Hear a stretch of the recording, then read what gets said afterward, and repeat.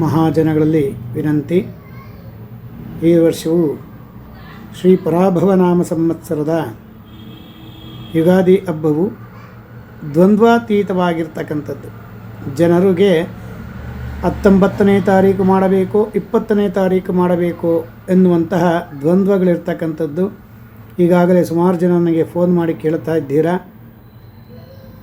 19ನೇ ತಾರೀಕು ಬೆಳಗ್ಗೆ 6:56 ತನಕ ಮಾತ್ರ ಅಮಾವಾಸ್ಯೆ ಇರುತ್ತದೆ. ನಂತರ ದಿನಪೂರ್ತಿ ಪಾಡ್ಯವಿರುತ್ತದೆ.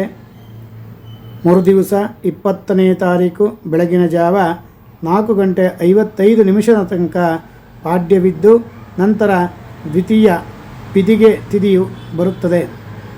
ಆದ್ದರಿಂದ ಯುಗಾದಿ ಪಾಡ್ಯ ಎಂಬಂತೆ ಯುಗಾದಿಯನ್ನು ಪಾಡ್ಯ ತಿಥಿಯಲ್ಲಿ ಆಚರಣೆ ಮಾಡುವುದರಿಂದ ನಮಗೆ ಸೂರ್ಯೋದಯಕ್ಕೆ ಪಾಡ್ಯ ಇಲ್ಲವಾದರೂ ದಿನವಿಡೀ ಸಂಪೂರ್ಣವಾಗಿ ಪಾಡ್ಯ ಇರುವುದರಿಂದ 19ನೇ ತಾರೀಕೆ ಯುಗಾದಿ ಹಬ್ಬವನ್ನು ಆಚರಣೆಯನ್ನು ಮಾಡಬೇಕಾಗುತ್ತದೆ.